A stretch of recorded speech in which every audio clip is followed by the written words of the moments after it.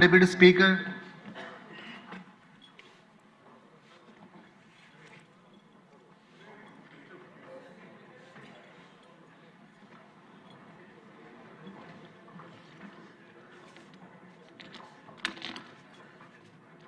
Deputy CM Pawan Kalyan garu.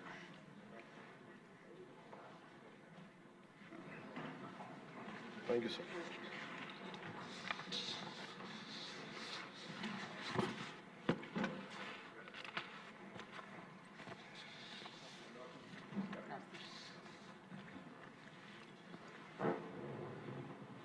మాకు ఈ అవకాశాన్ని ఇచ్చిన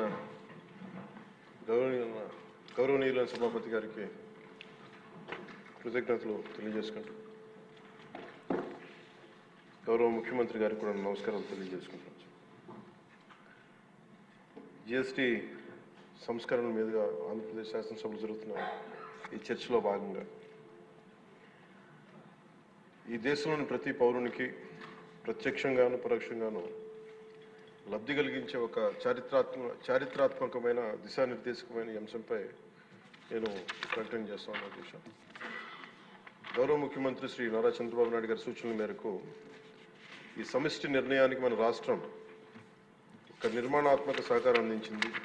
ఇటీవల కాలంలో జిఎస్టీ పన్నుల విధానంలో చోటు చేసుకున్న అతిపెద్ద సంస్కరణలలో ఒకదానికి రాష్ట్ర ప్రతినిధిగా బాధ్యత వహించడం నాకు చాలా గర్వకారణంగా ఉంది. గౌరవ ప్రధానమంత్రి శ్రీ నరేంద్ర మోదీ గారు 2025 ఆగస్టు 15న 79వ స్వాతంత్ర దినోత్సవ సందర్భంగా ఎర్రకోట నుండి చేసిన జిఎస్టీ 2.0 సంస్కరణల చారిత్రాత్మక ప్రకటన దేశ ప్రగతికి బాటలు వేస్తూ ఉంది. ఈ సంస్కరణలను ముందుండి నడిపిన గౌరవ కేంద్ర ఆర్థిక మంత్రి శ్రీమతి నిర్మలా సీతారామన్ గారి కృషి ప్రత్యేకంగా అభినందనీయం. జిఎస్టీ మండలి 56వ సమావేశంలో వాటిని ఆమోదించింది.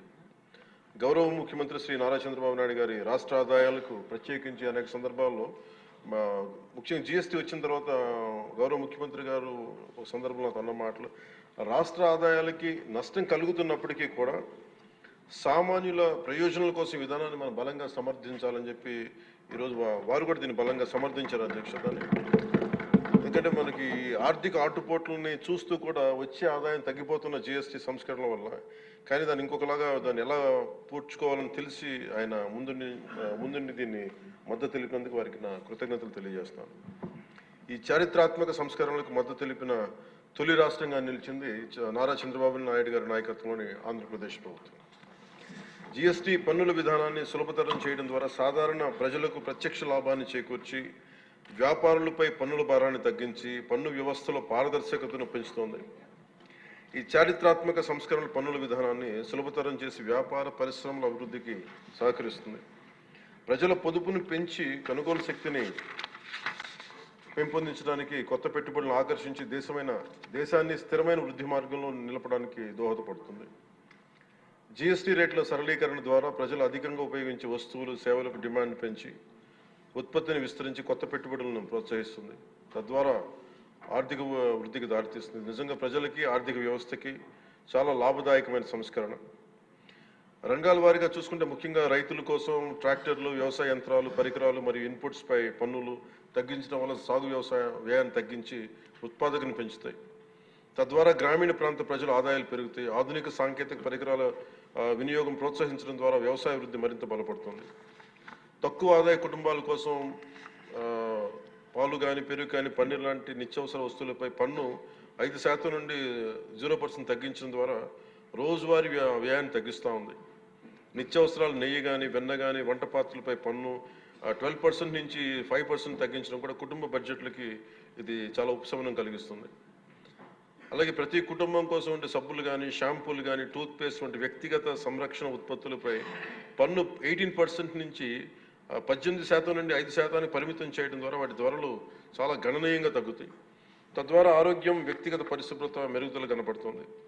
మధ్యతరగతి కుటుంబాల కోసం కార్లు, ఫ్రిడ్జ్లు, టీవీలు, ఎయిర్ కండిషనర్లపై పన్ను 28% నుంచి 18% తగ్గించడం ద్వారా వాటి ధరలు అందుబాటులోకి వచ్చి ప్రజల జీవన ప్రమాణాలు మెరుగుపడతాయి.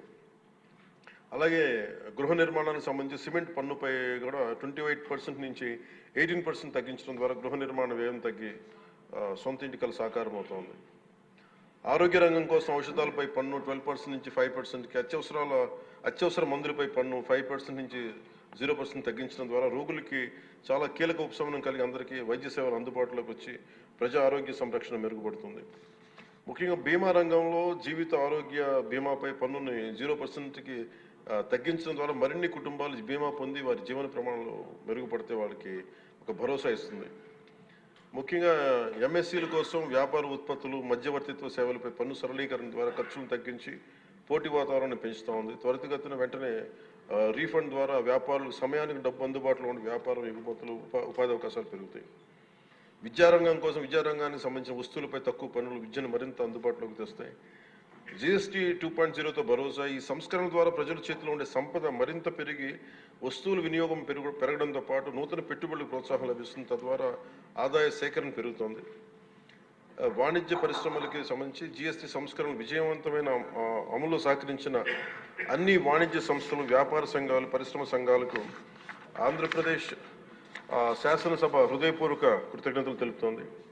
ప్రజలకు లబ్ధి చేరేలా చేసిన ఈ భాగస్వామ్యం సమగ్ర వృద్ధిలో సాధనలో కీలకం.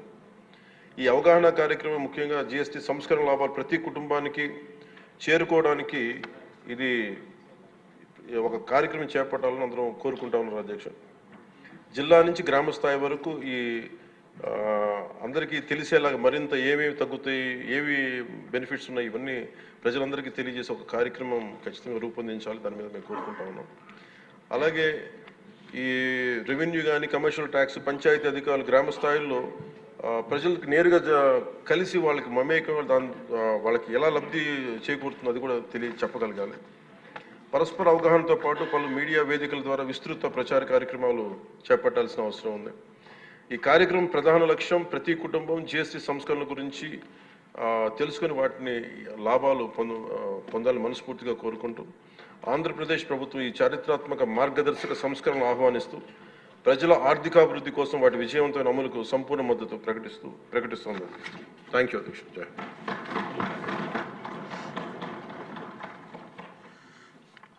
గౌరవనీయ ముఖ్యమంత్రి వర్యులు.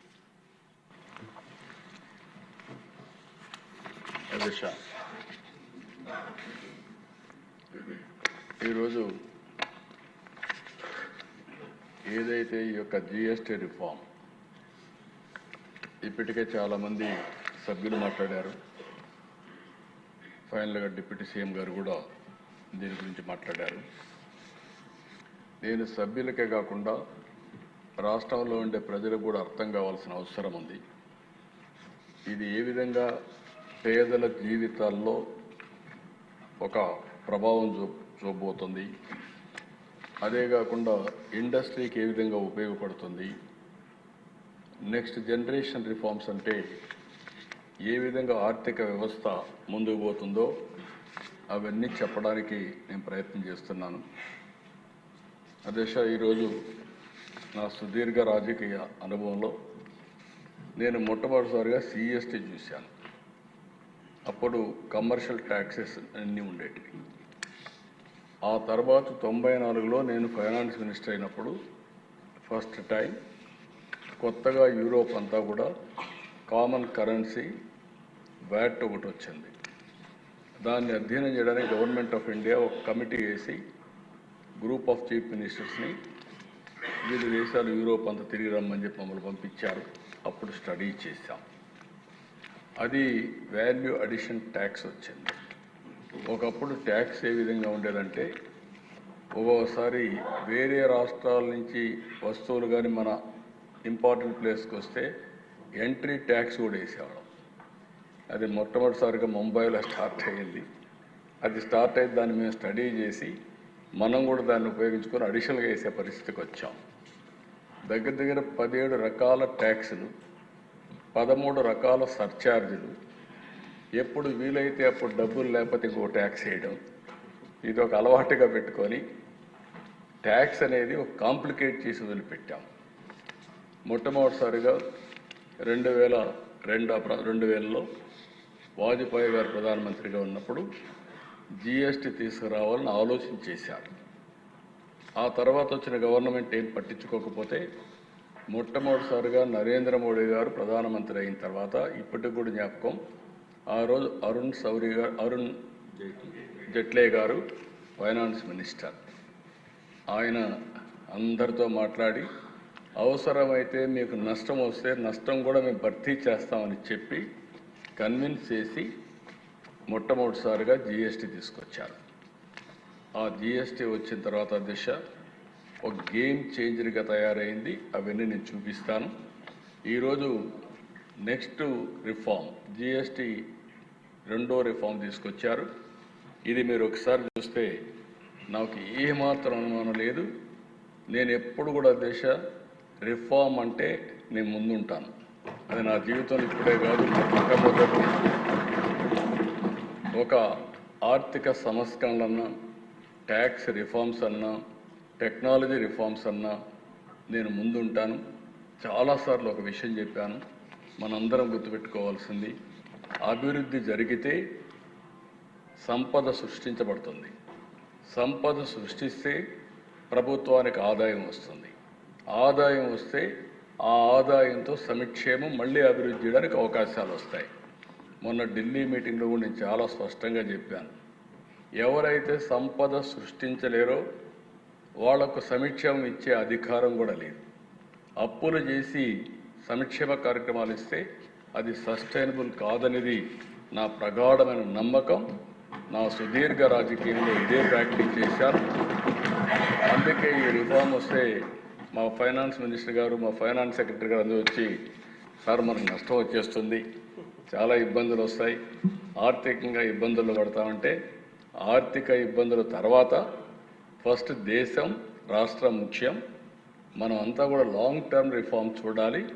It will be A game changer, don't object.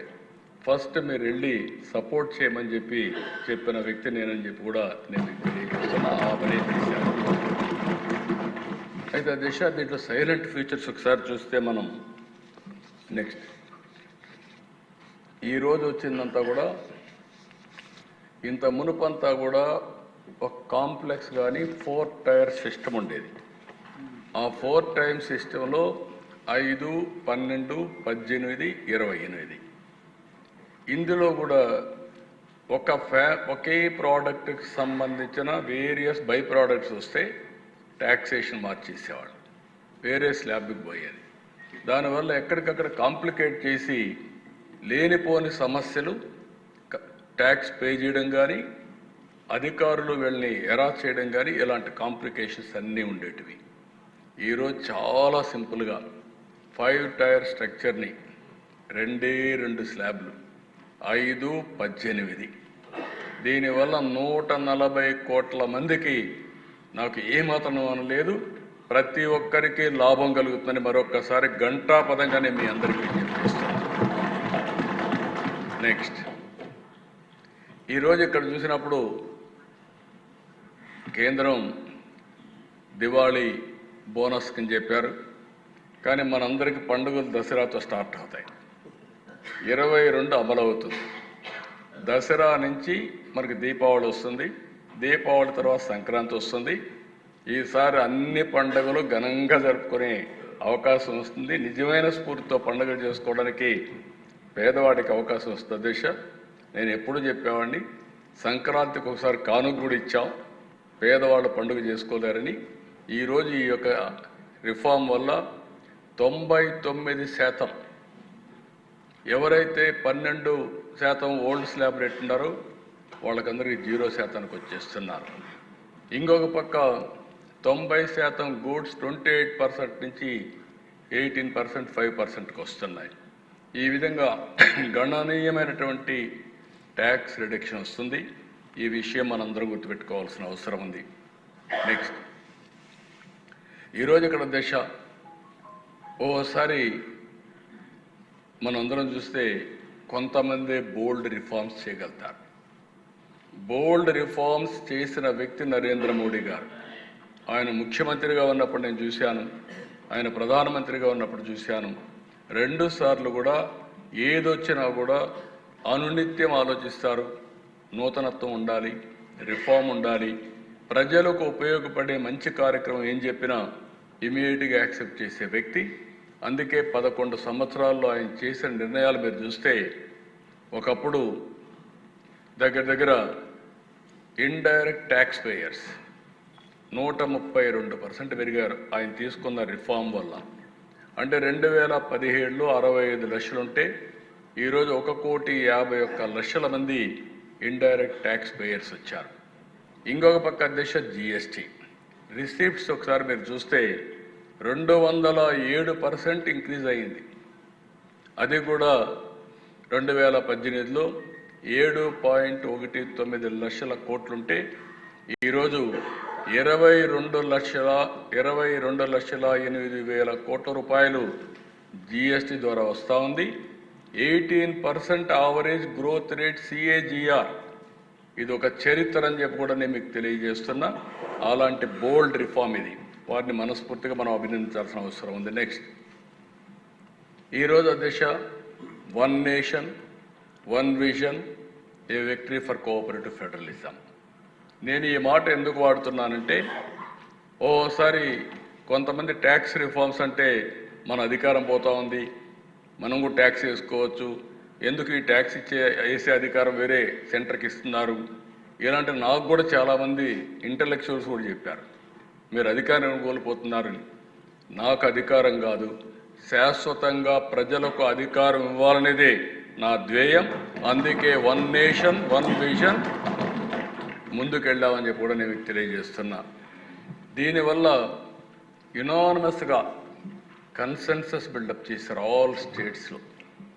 రెండోది ఒక పొలిటికల్ మెచ్యూరిటీ ఏదైతే ఎన్డీఏ గవర్నమెంట్ చూపించిందో ఎక్కడా డిసెంట్ లేకుండా అన్ని రాష్ట్ర ప్రభుత్వాలని కన్విన్స్ చేసి రిఫార్మ్ తీసుకొచ్చారు.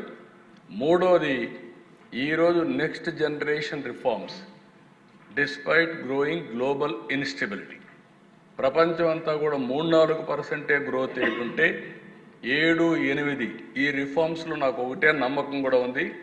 ఇంకొంచెం కానీ స్ట్రాంగ్గా మనం పనిచేయగలిగిపోతే ప్రపంచంలోనే డబల్ డిజిట్ గ్రోత్ సాధించే ఏకైక దేశం భారతదేశంగానే ఉంటుంది, దాంట్లో అనుమానం కూడా లేదు. అలాంటి ఒక స్ట్రాంగ్ లీడర్షిప్, స్ట్రాంగ్ హెడ్వే విండ్స్కి వ్యతిరేకంగా కూడా ఈరోజు ఆయన పనిచేసి ముందుకు పోయే పరిస్థితి వచ్చింది. నెక్స్ట్ అధ్యక్ష, ఈరోజు ఈ యొక్క రిఫార్మ్ వల్ల మ్యాసివ్ కన్జంప్షన్ బూస్ట్ 2 లక్షల కోట్ల రూపాయలు ఇండియన్ ఎకానమీలో దీనివల్ల ఇది వచ్చి జనరేట్ అయ్యే పరిస్థితి వస్తుంది. ఇది 4x PMVA allocations, 10x PLI, ఏదైతే ఇవన్నీ కూడా మనం ఇన్సెంటివ్స్ ఇస్తున్నామో అంత ఇంపాక్ట్ ఈ ఒక్క రిఫార్మ్ వల్ల వస్తుంది. నెక్స్ట్ ఇక్కడ చూస్తే అధ్యక్ష virtual cycle of growth, lower taxes, more spending, higher demand and production. ఎప్పుడైతే హయ్యర్ డిమాండ్ అండ్ ప్రొడక్షన్ వచ్చిందో ఉద్యోగాలు ఎక్కువగా వస్తాయి. మోర్ ప్రొడక్షన్ వచ్చినప్పుడు మోర్ జాబ్స్ వస్తాయి. మోర్ జాబ్స్ వస్తే వైడర్ ట్యాక్స్ బేస్ వస్తే ఆటోమేటిక్గా foundation far even lower taxes again. It is a cycle, ఎక్కడికక్కడ ఒకదానికి ఇంపాక్ట్ ఉంటుంది. అలాంటి బ్యూటిఫుల్గా ఇవన్నీ కూడా వీళ్ళు గ్రోత్కి ఉపయోగపడేట్టుగా ఒక మేజర్ బూస్ట్ ఇచ్చే విధంగా ఈ రిఫార్మ్ తీసుకొచ్చారు. నెక్స్ట్ ఇదే దిశ ఇక్కడే అందరం కూడా స్టడీ చేయాల్సిన అవసరం ఉంది. మీరందరూ కూడా ప్రతి ఒక్క ఇంటికి చేరవేయవలసిన బాధ్యత మనందరిపైన ఉంది. ఈ బెనిఫిట్ని డబల్ ఇంజన్ సర్కార్ అటు కేంద్రంలో ఈరోజు రాష్ట్రంలో ఏ విధంగా ప్రజలకు మంచి చేయాలి, పేదవాళ్ళకు ఉపయోగపడాలి, మధ్యతరగతికి లాభం జరగాలని మనం ఆలోచిస్తున్నాం. డైరీ ఎసెన్షియల్ కొన్ని ఎగ్జాంపుల్ చెప్తాను, డీటెయిల్స్గా ఇస్తాను మీకు. Dairy essentials milk, paneer, curd 5 నుంచి 0%, గ్రాసరీస్ 12 నుంచి 5%, డైలీ ఎసెన్షియల్స్ అయిన ఏదైతే హెయిర్ ఆయిల్, షాంపూ, టూత్పేస్ట్ 18 నుంచి 5, అంటే 12%, 13% there is a benefit. Kitchen savings butter, ghee, utensils 12 నుంచి 5. సోషల్ ప్రొటెక్షన్ ఏదైతే కవరేజ్ సర్జెస్ ఫ్రమ్ 19 నుంచి 64%కి ఇవి ఉపయోగపడే పరిస్థితి వస్తుంది. ఇంకొక పక్కన దేశ tax on cars, fridges, ACs 28 నుంచి 18%. ఇప్పుడు ఏసీలు కూడా పెట్టుకోవచ్చు. ఎందుకంటే రాను ఎకానమీ పెరిగినప్పుడు కామన్ మ్యాన్ కానీ మధ్యతరగతికి కూడా ఉపయోగపడే విధంగా ఈరోజు ఇవన్నీ తగ్గించే పరిస్థితి వచ్చారు. కార్స్ కూడా చాలా వరకు తగ్గే పరిస్థితి వస్తుంది. ఇది ఓవరాల్గా కామన్ మ్యానే కాకుండా మధ్యతరగతి అందరి బడ్జెట్ అని చెప్పి నేను మీకు తెలియజేస్తున్నా. నెక్స్ట్, ఈరోజు ఇక్కడ చూసే ఈ చార్ట్లో 83 ఫ్యామిలీస్ మొత్తం నేను ఇచ్చాను ఐటమ్స్ అన్నీ. పన్నీరు, చెన్న 5 నుంచి 0, పాలు, యూహెచ్టీ, టెట్రాప్యాక్ 5 నుంచి 0, అదే మరి పరోటా, ఇండియన్ బ్రెడ్లు 18 నుంచి 0. ఒకప్పుడు 18% పేషెంట్ కొనేవాళ్ళు, ఇప్పుడు 0 అయింది. రోటీ, చపాతీ 5 నుంచి 0, వెన్న, నెయ్యి, పాల స్లైడ్స్ 12 నుంచి 5, చీజ్ ఒకప్పుడు 12, ఇప్పుడు 5. ఈ వరకు డ్రై ఫ్రూట్ 12 నుంచి 5, చాక్లెట్లు, కేకులు, బిస్కెట్స్, జాములు ఇవన్నీ 18 నుంచి 5. అదే మరిగా భుజియా, మిశ్రం, చుబేనా ఇవన్నీ కూడా ఐటమ్స్ అన్ని 12 నుంచి 5. పాస్తా ఇవి కూడా 12 నుంచి 5. మొక్కజొన్న రేకులు, ఇతర తృణధాన్యాలన్నీ 18 నుంచి 5. కూరగాయలు 12 నుంచి 5. పళ్ళు, కూరగాయలు 12 నుంచి 5. ఈ విధంగా దేశం మొత్తం చూస్తే టెండర్ కొబ్బరి నీరు 12 నుంచి 5. చక్కెర గణాలవన్నీ కూడా 12 నుంచి 5. కాఫీ 18 నుంచి 5. అరకు కాఫీకి బూస్ట్ వస్తుంది, ఇంటర్నేషనల్ కాఫీగా తయారయ్యే పరిస్థితి వస్తుంది. మీరు కూడా కాఫీ తాగితే ఆరోగ్యానికి మంచిది. దినానికి ఒక కాఫీ తాగితే మాత్రం మీ ఆర్ట్ కూడా బెటర్గా ఉంటుంది. కాబట్టి అది కూడా మీరు చూస్తే ఇంకో పక్కన దాని తర్వాత మీరు ఒకసారి చూస్తే కరివేపాకు వేస్టు ఇవన్నీ కూడా సలాడ్ డ్రెస్సింగ్ 12 నుంచి 5%. సూపులు ఇవన్నీ కూడా 18 నుంచి 5. ఈ విధంగా దేశం మొత్తం ఇంకొక పక్క పానీయాలన్నీ కూడా 12 నుంచి 5 తీసుకొచ్చారు. ఇంకొక పక్కన వ్యక్తిగత సంరక్షణ, టాయిలెట్ సబ్బులు, డెంటల్ ఇవన్నీ 18 నుంచి 5. టూత్ పేస్ట్ కూడా 12 నుంచి 5. హెయిర్ ఆయిల్ అవన్నీ 18 నుంచి 5. అంటే ప్రతి ఒక్కటి కూడా కామన్ మ్యాన్కు ఉపయోగపడేట అన్నీ కూడా ఏ విధంగా తగ్గించారు మీకు ఒక ఐడియా వస్తుంది.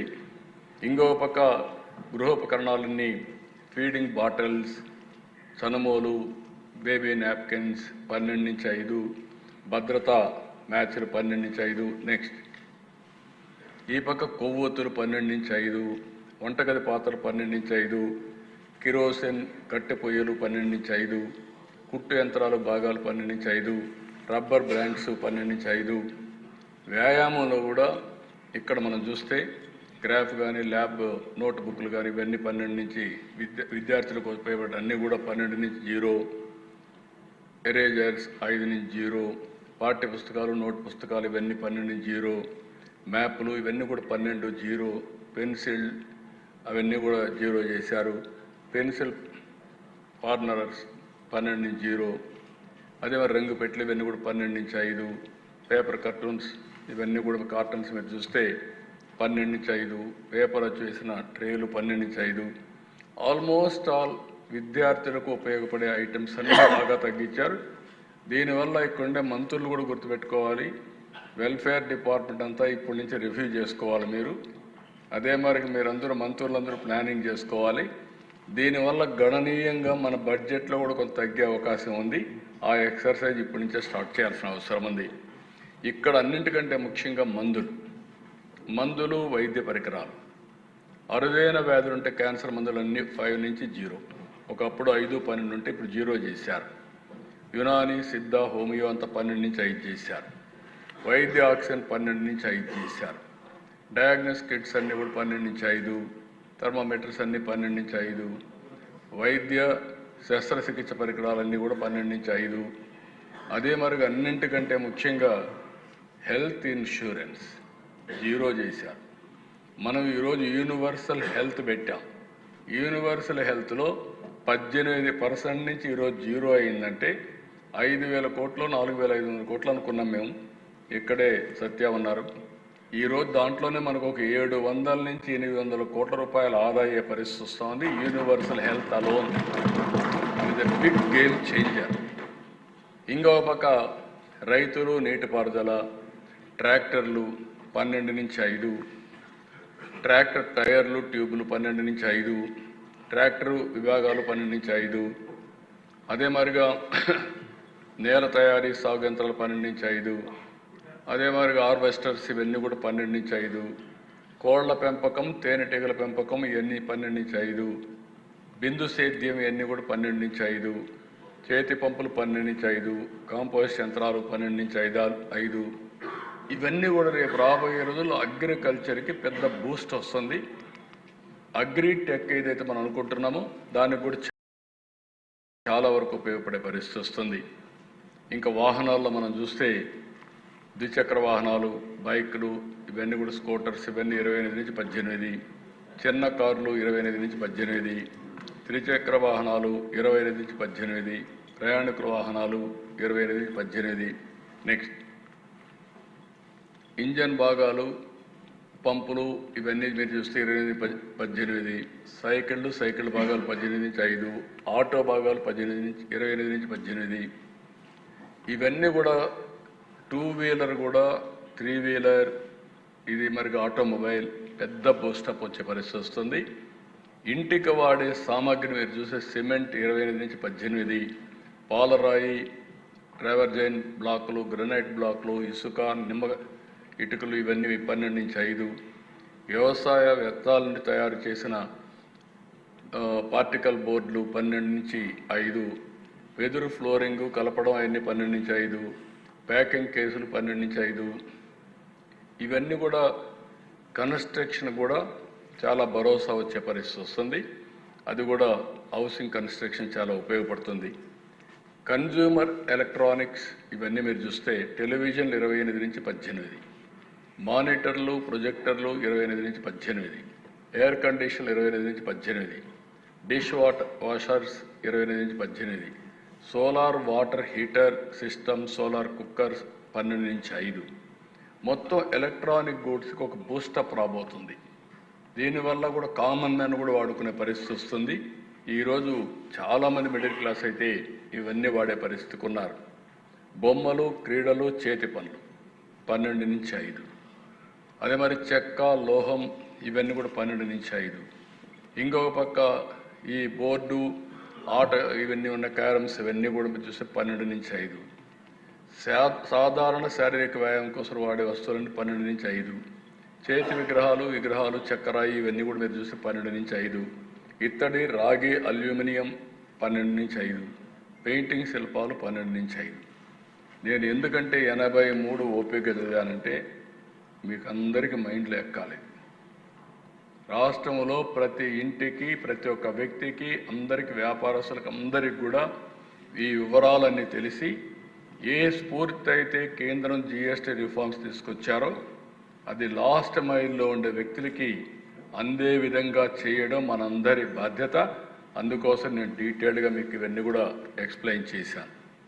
నెక్స్ట్ ఈరోజు అధ్యక్ష వ్యవసాయం దాని ఇంపాక్ట్ మీరు చూస్తే రూరల్ ఎకానమీ గణనీయంగా పెరిగే అవకాశం వస్తుంది. అగ్రికల్చర్లో టెక్నాలజీ వినియోగం పెరుగుతుంది.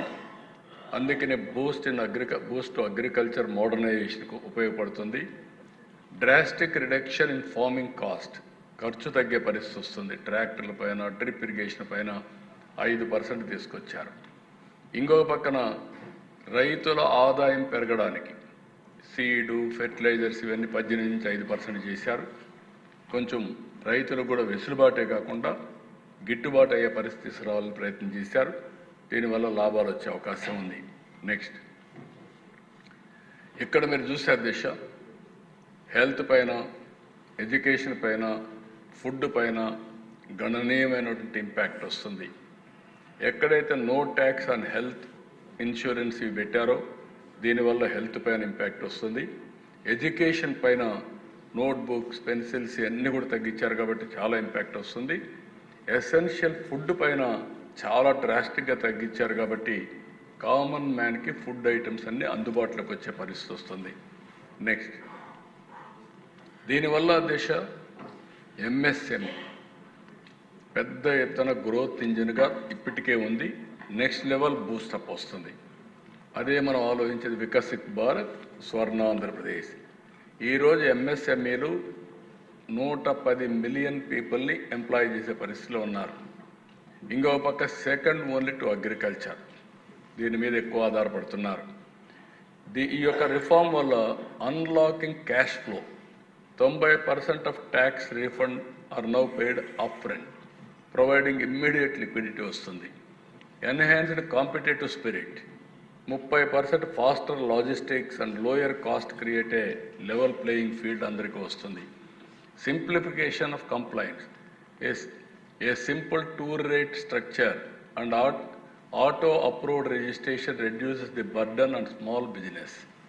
Fixing blocked capital, ekkada capital ఇది కాకుండా ఇన్వర్టెడ్ డ్యూటీ స్ట్రక్చర్ కాబట్టి దీని మీద క్యాపిటల్ ఆపరేషన్ కానీ గ్రోత్ కానీ దోహదం చేస్తుంది. అందుకే మనం ప్లాన్ చేసేది one family one entrepreneur Ratan Tata innovation hub. దీనికి పర్మిషన్లు ఇచ్చేది గవర్నమెంట్ ఆఫ్ ఇండియా అయితే జిఎస్టీకి 3 days అన్నారు. మనం 2 daysలోనే పర్మిషన్ ఇచ్చే అవకాశం ఉంటుంది. పెద్ద ఎత్తున one family one entrepreneur success అవుతుందని చెప్పి కూడా నేను మీకు తెలియజేస్తున్నా. దీనికి ఈ ఎకో సిస్టంలో పర్ఫెక్ట్గా పనిచేస్తుంది. నెక్స్ట్ ఈరోజు మీరు చూస్తే surcharging for the economy, boosting business, pouring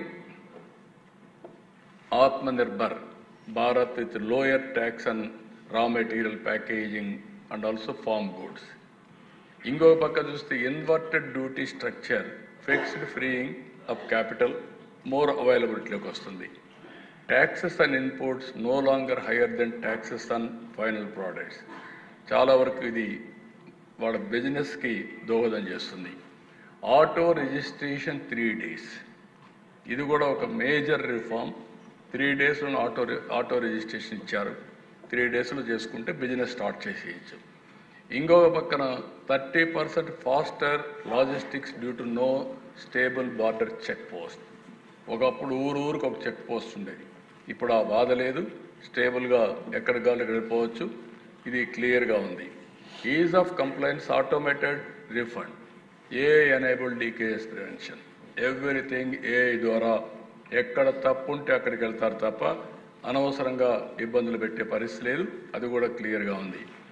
improved cash flow, reduced return time, refund time, తక్కువ సమయంలో వాళ్ళకి రిఫండ్ ఇస్తారు కాబట్టి క్యాష్ ఫ్లో కూడా ఈజీగా ఉంటుంది. So this is the major. ఇంకా ఏదైనా చిన్న ఉంటే కానీ రిఫార్మ్ తీసుకొస్తే India will grow double digit growth. Next ఇక్కడ చూసినప్పుడు దేశ సిఎస్టీ నుంచి 2005 వ్యాట్, అక్కడి నుంచి 2017 జిఎస్టీ, 5 స్లాబ్లు, 2025 నౌ 2 స్లాబ్లు. ఇది 5, 12, 18, 25, 40 ఉంటే ఈరోజు 5, 18 ఆ స్టేజ్కి వచ్చాం. నెక్స్ట్ దీనివల్ల లాభాలు ఒకసారి సమ్మింగ్ అప్ చేస్తే మీరు చూస్తే 22 ఈ నెల నుంచే అమల్లోకి వస్తాయి. దసరా రోజున simplification, tax slabs nil 5, 18%. This is first benefit. Relief for house holds and middle class పెద్ద ఎత్తున రిలీఫ్ వస్తుంది. అదే మరి అగ్రికల్చర్కి, గ్రీన్ ఎనర్జీకి బూస్ట్ వస్తుంది. 2 లక్షల కోట్ల రూపాయలు ఎకానమీకి అడిషనల్గా యాడ్ అయ్యి ఒక ఊపు వస్తుంది. సింప్లిఫైడ్ కంప్లైన్స్ వల్ల ఈ స్లాబ్స్ అన్ని తగ్గిపోయి కాంప్లికేషన్ లేకుండా లిటిగేషన్ తగ్గిపోతుంది. Enhanced transparency for consumers and business, everybody clarity ఉంటుంది. ఈ వస్తువు ఇంత పే చేయాలని. ఇంకో పక్క increased efficiency with faster refunds. ఎక్కడికక్కడ ఆటోమేషన్లో డబ్బులన్నీ కూడా రీపే చేయడం కానీ ఆటోమేటిక్గా వచ్చే పరిస్థితి వస్తుంది. ఇది ఎకనామిక్ గ్రోత్కి స్టిమ్యులేట్ చేస్తుంది. ఇంకో పక్క బెనిఫిట్స్, ఎఫిషియన్సీ, ట్రాన్స్పరెన్సీ ఇవన్నిటి వల్ల గ్రోత్ ఆటోమేటిక్గా పెరుగుతుంది. బిజినెస్ అండ్ కన్జ్యూమర్స్ గెయిన్స్ కూడా వచ్చే అవకాశం ఉంటుంది. ఓవరాల్గా ప్రతి ఒక్కరికి లాభం. ఒక వ్యాపారం చేసేవాడికి ఈజీగా వ్యాపారం చేయొచ్చు, వినియోగదారుడికి ఈజీగా తక్కువ ధరకు అందుబాటులో ఉంటుంది. ఈ ఫండ్ కూడా ఇది వస్తున్న ఎంప్లాయ్మెంట్ జనరేషన్ అవుతుంది. ఓవరాల్గా ఇది ఒక ఎకో సిస్టంలో పర్ఫెక్ట్గా పనిచేసే పరిస్థితి వస్తుంది. నెక్స్ట్ ఇక్కడ చూస్తే ఏ న్యూ ఇండియా ఆఫ్టర్ 2014 ఎట్లా బిల్డప్ చేశారని బ్రాడ్గా మనం ఒకసారి ఆలోచిస్తే, ఇన్ఫ్రాస్ట్రక్చర్ 144 వందే భారత్లు తీసుకొచ్చారు.